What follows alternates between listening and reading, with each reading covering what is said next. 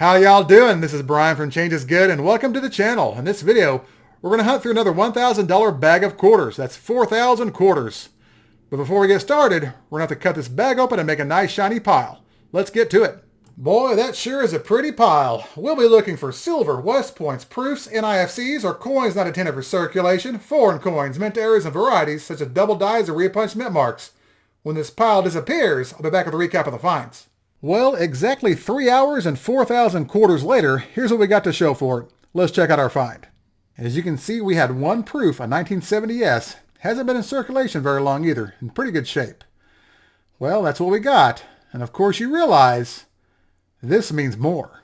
Well, so far, no silver or West Points. Maybe this bag will fix that.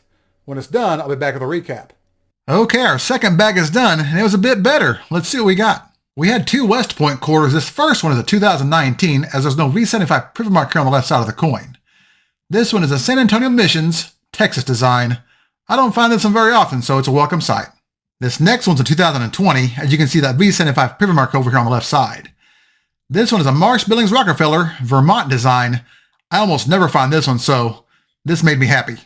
Well, we had a couple of decent West Points in that bag, which isn't bad at all, but you know what? I'm still just a little bit hungry. Let's do one more. Now here's bag number 3. When it's done, we'll have hunted 12,000 quarters in this video. Let's see how it goes. All right, bag number 3 is done, and it had a couple of goodies. Let's check them out. And we struck silver. Here we have a 1956D.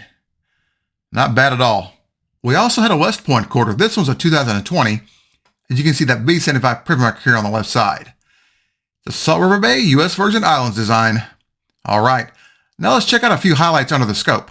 First up is the reverse of a 2023 P. Bessie Coleman quarter. If you look at the top of the plane's wing, you can see a die chip right in this area. This coin would sell for around $1 to $2 on eBay. Next up, we have the obverse of a 2023 P. Bessie Coleman quarter. As you can see, George has some problems. There's a massive die chip here on the tip of his nose. This has been nicknamed a wart on the nose error. This is a fairly large die chip, so I'd say it'd sell for between $5 and $7 on eBay. It's a good find. Next up is the reverse of a 2006 P Nevada State quarter. As you can see, this example has a large die chip here at the back of the horse's leg.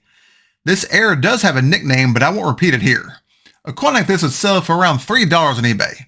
Alright, now let's check out a few varieties. Here we have the reverse of a 2012 P Denali Alaska quarter. If you look at the back of this sheep's neck, you can see some doubling right in this area. This is one of several different varieties you can find on Variety Vista or Wexler's Double.com. Next up, we have the reverse of a 2013 P Great Basin Nevada quarter. If you look here at the bottom of the tree leaves, you can see some doubling along this area through here. This is WDDR number 1 on Wexler's Double.com. Last up, we have the reverse of a 2018 P Block Island Rhode Island quarter. If you look here between the wing feathers, you can see a doubled area right here. I couldn't find a match for this online, so it appears to be an unattributed variety. Pretty cool. Maybe I'll submit it. Alright, now let's do a recap of the hunt.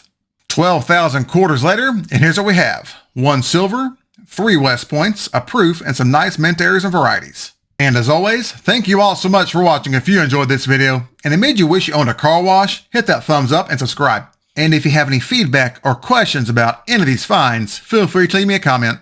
Thanks again, and remember, every coin has a story. And they're all special in their own little way. I'll see y'all next time.